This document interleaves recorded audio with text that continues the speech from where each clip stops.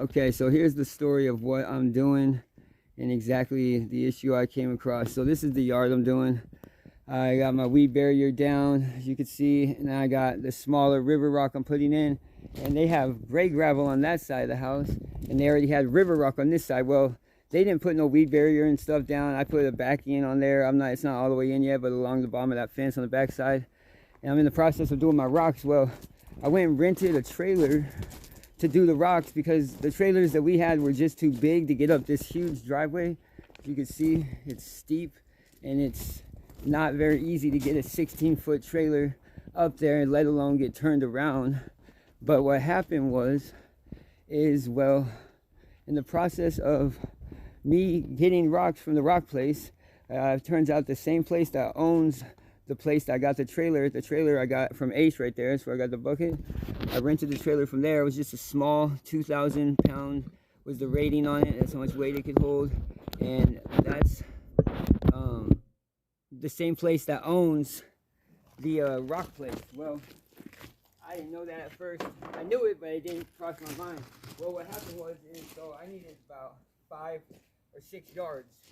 So what I did is I had to do a bunch of trips in one day. So during my second to last trip that day, I had time for one more trip to get there. I show up to the rock place. They already knew what I was getting because I've been there 3 or 4 times already that day.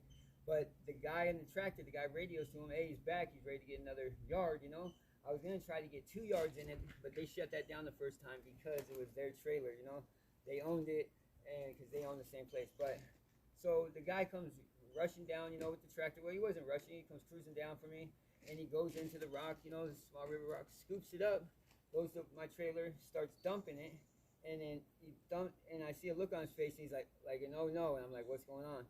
He jumps out and he goes and looks at my trailer. Well, he had put a scoop of sand in there, but when he scooped up the rock, the first time when he scooped it, he went to check the level because they have a level, on the bucket to tell him if it's a yard or not.